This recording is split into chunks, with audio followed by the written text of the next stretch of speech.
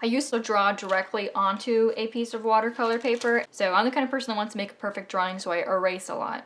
And as a result of that, this watercolor paper gets sort of beat up, and sometimes some of the graphite gets stuck in it, and it gets really muddy looking, and in the end it makes your painting muddy, and you don't want that. In order to prevent that, I started drawing my sketches on a separate piece of paper and then transferring them to my watercolor paper. The other good thing about having a piece of sketch paper separate from your watercolor paper is if you ruin your watercolor painting by messing up on it, you still have your sketch. You haven't lost all the work you did. You can just transfer your sketch to another piece of watercolor paper and begin again. And that's actually makes me feel a lot braver when I'm painting, because I don't feel like my sketch is lost if I mess up on my watercolor painting. However, I don't use this thick sketch paper anymore because it's really hard to transfer a sketch from a thicker opaque sketch paper onto a watercolor paper. So I started to draw on vellum or thin transparent paper. So I don't sacrifice not having a freehand drawing. I don't actually support tracing. I think it gives you a stiff drawing, and also it hurts you developing your drawing skills, so try to draw as much as possible. So I found out about this process about sketching on transparent paper by reading an old book on Edmond Dulac, who's a Golden Age illustrator, and he would save all of his sketches and all these layers of sketches and everything, and that way he would be able to then use trees and birds and people over and over again and flip them over, and also just save his drawings, which is great. So I can freehand a rough sketch, and then I can put a piece of paper down on top of it and refine that sketch, and now the only thing I have left to do is transfer this sketch onto a piece of watercolor paper. So how would I transfer this sketch onto a piece of watercolor paper?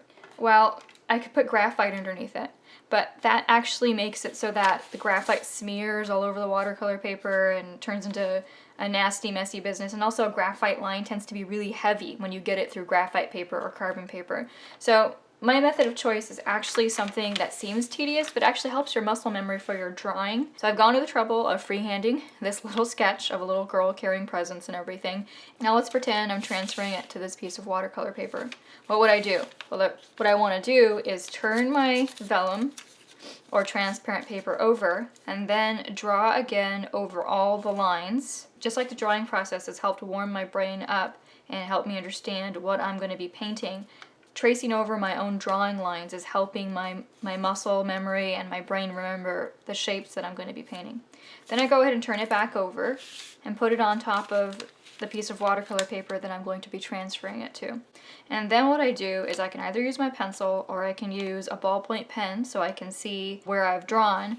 And I just like to use my pencil because I don't want to use colored stuff on my sketches. Get a little piece of tape and tape the drawing down so it doesn't keep going everywhere. And then all I have to do is start drawing it. And this is the third time I'm drawing it. It's a bit more tedious, so if it's a really simple drawing, you can go ahead and draw it directly onto the watercolor paper. And it'll be worth it to me because I'll still have my sketch left over and I won't have to worry about not having a drawing at all if I mess up on my painting. And so I'm not going to transfer this whole thing, but I'm just going to show you that indeed I have sketch lines. They're a little bit light. They're being transferred right here. And so without graphite paper, I've been able to do this. They're lighter lines, which is what I want because I don't want huge dark lines going into my watercolor paper. And I also have a sketch that now works on both sides. Because there's pencil on both sides, I can flip this little girl and transfer her in the other direction. And I can layer sketches, so if I wanted another little girl next to her or above her or wherever, I can do whatever I want with this. And so that's the power of having a stack full of transparent vellum sketches. You've saved your sketches, you can use them over and over again, you can flip them over and move them up and down, and it's an excellent process of really diversifying how you can use your drawings.